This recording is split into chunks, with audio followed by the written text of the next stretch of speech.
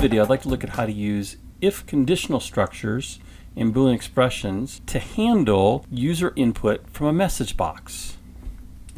So I've created just a simple application in C#, a Windows Forms app, and I've created a button called BTN Exit, and the caption is Exit.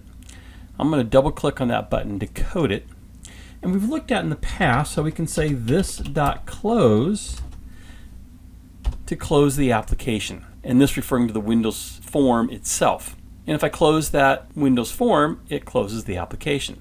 So I'm going to start this, and if I click Exit, it closes. But here's the issue. Having this button out here, the user might accidentally click that, but they don't really want to exit. How do we handle that? What do we do with that? And we can use the message box to verify that they really do want to exit. And that'll take care of that accidental click on this button. So let's look at how we can do that. I'll go back into my code. I'm going to create a message box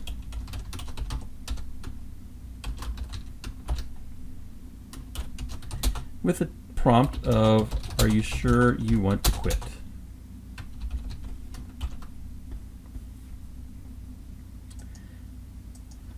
I'll add a title of "Please confirm." I'm going to drop down the next line, and I want to use the message box buttons dot yes, no. Okay, and that would show the message box. Got a little misspelling here. I'm going to fix that. Are you sure you want to quit? Please confirm. Message box buttons yes, no. What I'm going to do is I'm going to create a variable of type DialogResult. And I'm just going to call it result. And I'm going to have that equal my message box. And again, just so you can see everything here, I'm going to drop this down to the next line and bring this up. Of course, I could have created the variable result first and then just said result equals. We can do it all in one line. And then here's where we're going to handle whether they clicked yes or no. So if result equals DialogResult dot yes. Notice I can get on DialogResult, I get the different buttons that we might have: yes, no, cancel, abort, retry, ignore, as well as some other things. So I'm going to choose yes. So if they clicked the yes button, oops, I'm getting a squiggly because I didn't do my equals equals. If they click the yes button, that's when I want to do the this.close. If they didn't click yes, they click no, or they click the little close box of the dialog, then nothing will happen. And that is how we can handle that user input and verify that the user wants to actually exit the application. So let's test it. So if I click exit, I get that message box. I'm going to say, "Are you sure you want to quit?" No, I don't want to quit. I accidentally clicked that. But if I click it again and I say yes, then it ends the application. Let's do one more. I'm going to create another button.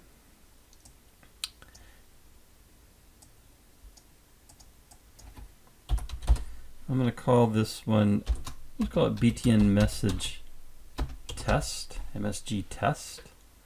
And for my text, I'm just going to say, we'll just say handle message box. Okay, I'm going to double click that button. And there's my stub for BTN Message Test _ click. So once again, I'm going to take DialogResult as a data type.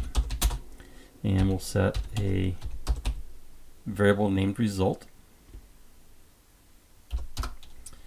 And then I'll do this in 2 lines this time. Result equals MessageBox.show, and my prompt is going to be error, what would you like to do? I'll drop this down to the next line. The title is going to be provide direction. And we use the MessageBox buttons dot abort, retry, ignore. Okay, now I want to handle those three buttons. And we use an if condition to do that. So if result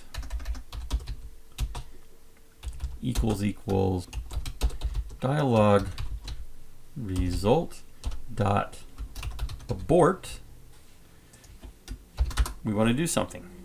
And I'm just going to show another message box that says you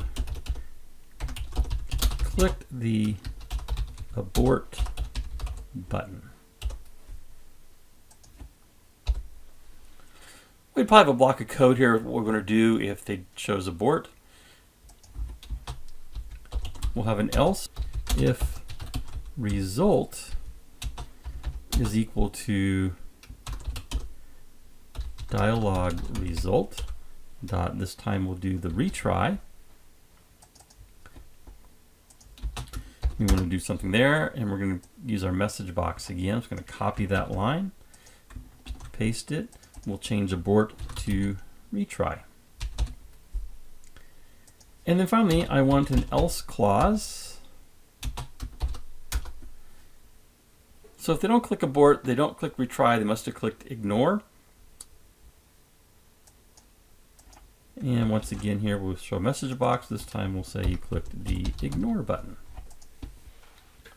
So let's try this. Handle message box. Error, what would you like to do? I want to abort. You clicked the abort button. We'll try this again. So I'm going to click the retry button. You clicked the retry button. And then finally the ignore button, and you clicked the ignore button. That is how we can use a if conditional structure to handle input by the user through a message box.